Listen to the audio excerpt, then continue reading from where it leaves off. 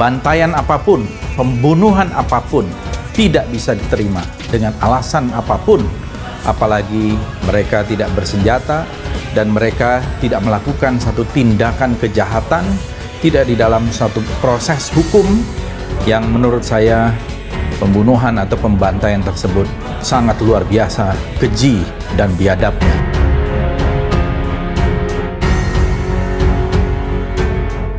Assalamualaikum warahmatullahi wabarakatuh.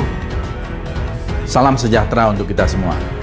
Saudara-saudara, pada tanggal 13 Desember dini hari kita mendengar sebuah keputusan bahwa Habib Rizik Syihab ditahan oleh pihak kepolisian.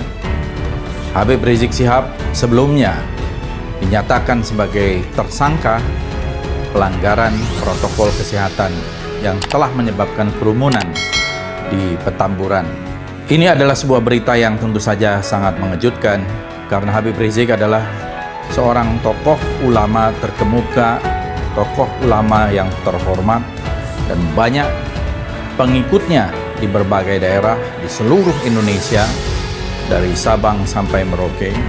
Bahkan ketika beliau berada di Tanah Suci selama 3,5 tahun kurang lebih, juga banyak tokoh-tokoh agama, ulama, habaib, kiai, ajengan yang juga datang kepada beliau. Tiba-tiba kedatangan Habib Rizik Syihab ini menyedot perhatian dan kita merasakan ada ketidakadilan di sana. Yaitu kenapa begitu banyak kerumunan yang terjadi di berbagai tempat akibat pilkada, maulid di Jawa Barat, di Jawa Tengah, dan di daerah-daerah lain. Tetapi seperti yang ditarget adalah Habib Rizik Syihab. Dan kemudian kita mengetahui setelah itu cukup banyak dinamika yang terjadi, peristiwa yang terjadi, yang puncaknya adalah pembunuhan, bahkan pembantaian terhadap 6 orang anggota Laskar Front Pembela Islam yang tidak bersenjata menurut keterangan dari FPI, dan juga mereka adalah anak-anak muda, calon penerus bangsa kita. Pembantaian apapun, pembunuhan apapun tidak bisa diterima dengan alasan apapun, apalagi mereka tidak bersenjata dan mereka tidak melakukan satu tindakan kejahatan, tidak di dalam satu proses hukum yang menurut saya pembunuhan atau pembantaian tersebut sangat luar biasa, keji dan biadabnya.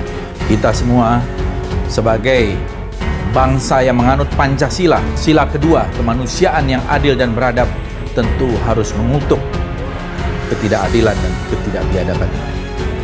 Saudara-saudara, Habib Rizik Syihab sekarang ini ditahan di Polda Metro Jaya atas satu kesalahan yang masih sumir. Masyarakat banyak yang mengadu kepada saya sebagai anggota DPR bahwa peristiwa ini adalah sebuah bentuk ketidakadilan. Kenapa? Karena di mana-mana terjadi kerumunan yang sama, tetapi kenapa kepada Habib Rizik Syihab dan para pengikutnya, terutama dari kalangan FPI dan umat Islam pada umumnya, ada diskriminasi semacam ini? Ini satu kenyataan yang menurut saya telah mengganggu rasa keadilan kita. Apalagi sebelumnya ada sebuah prolog penembakan tersebut yang mengakibatkan 6 orang meninggal dunia, warga sipil kita.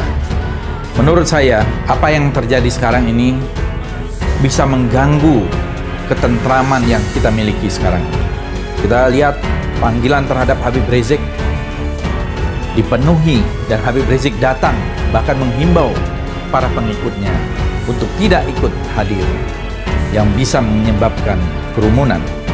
Dan Habib Rizik hanya datang bersama tim pengacara, tim penasehat hukum saja. Dan Habib Rizik juga kooperatif mengikuti semua proses yang ada di Polda Metro Jaya. Saya ingin menghimbau kepada aparat penegak hukum kita agar berlaku adil, termasuk menerapkan pasal-pasal harus berlaku adil.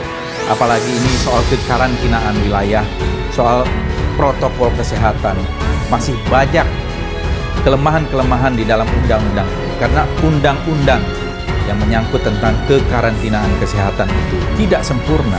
Kita tidak mengantisipasi akan terjadi pandemi global seperti COVID-19. Dan kalau kita lihat apa yang terjadi di sana, itu sama sekali agak berbeda. Banyak tokoh hukum, ahli hukum, pakar-pakar hukum menyatakan tidak tepat dikenakan pasal-pasal yang dituduhkan kepada Habib Rizik. Menurut saya, penggunaan atau tuduhan terhadap Habib Rizik Syihab dengan pasal-pasal yang dituduhkan, yaitu pasal 93 Undang-Undang Karantina Kesehatan dan pasal 160 KUHP tentang penghasutan, ini sangat sumir. Kenapa? Karena kedua pasal tersebut menurut saya tidak mempunyai satu dasar-dasar yang kuat. Coba kita tilik pasal 93 Undang-Undang Karantina Kesehatan. Coba kita lihat juga 160 KUHP. Di situ tidak ada satu unsur-unsur yang bisa menjadikan Habib Rizik terkena pasal-pasal itu. Seperti juga pendapat para pakar hukum dipaksakan untuk diterapkan pada Habib Rizik karena mereka ingin menghukum dan memenjarakan Habib Rizik, bukan ingin menegakkan keadilan. Jadi ini bukan persoalan menegakkan keadilan, karena terjadi diskriminasi hukum. Diskriminasi hukum itu kalau bisa kita lihat lagi, sekali lagi, banyak kerumunan, tapi kenapa hanya ini yang difokuskan? Seolah-olah hanya Habib Rizik saja yang menciptakan kerumunan. Itu pun bukan atas kehendaknya. Dan sudah banyak pakar-pakar hukum yang mengatakan bahwa ini kalaupun ada pelanggaran, maka yang dilakukan sesuai dengan Pergub adalah denda. Sanksinya adalah denda. Jadi kita harus punya kepastian hukum. Di mana kepastian hukum? Ketika seorang Habib Rizik sudah membayarkan denda, tiba-tiba dituduhkan dengan pasal-pasal ini. Pasti ini bukan persoalan penegakan hukum. Ini persoalan dendam, ini persoalan ketidaksukaan, ini persoalan politik.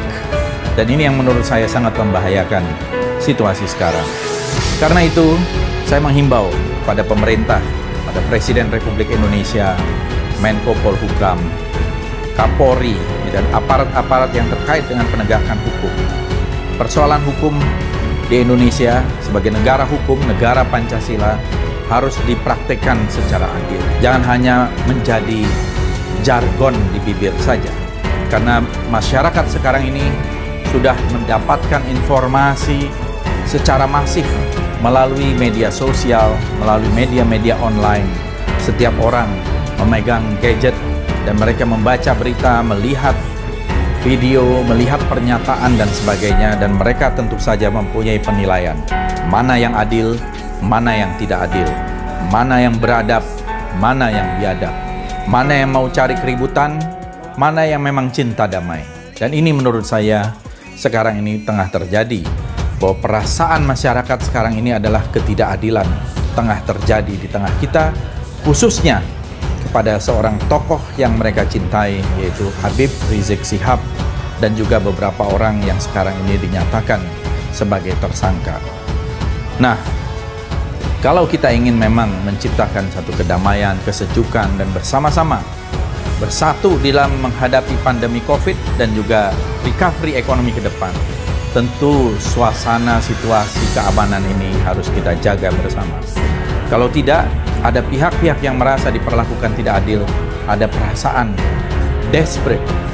Ada pepatah mengatakan desperate people can do desperate thing.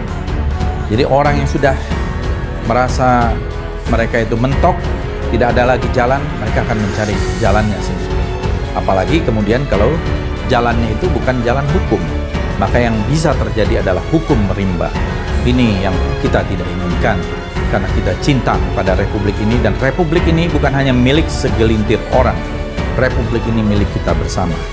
Jadi marilah, saya kira kita ciptakan keadilan, terutama keadilan hukum, dan dalam hal ini saya menghimbau kembali kepada Presiden Republik Indonesia untuk membentuk tim gabungan pencari fakta mengenai pembunuhan terhadap 6 warga sipil anggota FPI yang sekarang ini keluarganya tidak mendapatkan penjelasan resmi dari negara bahkan pernyataan bela sungkawa pun tidak ada.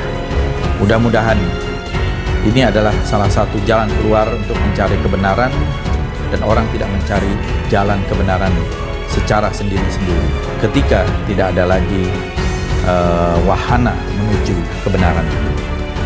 Terima kasih. Wassalamualaikum warahmatullahi wabarakatuh.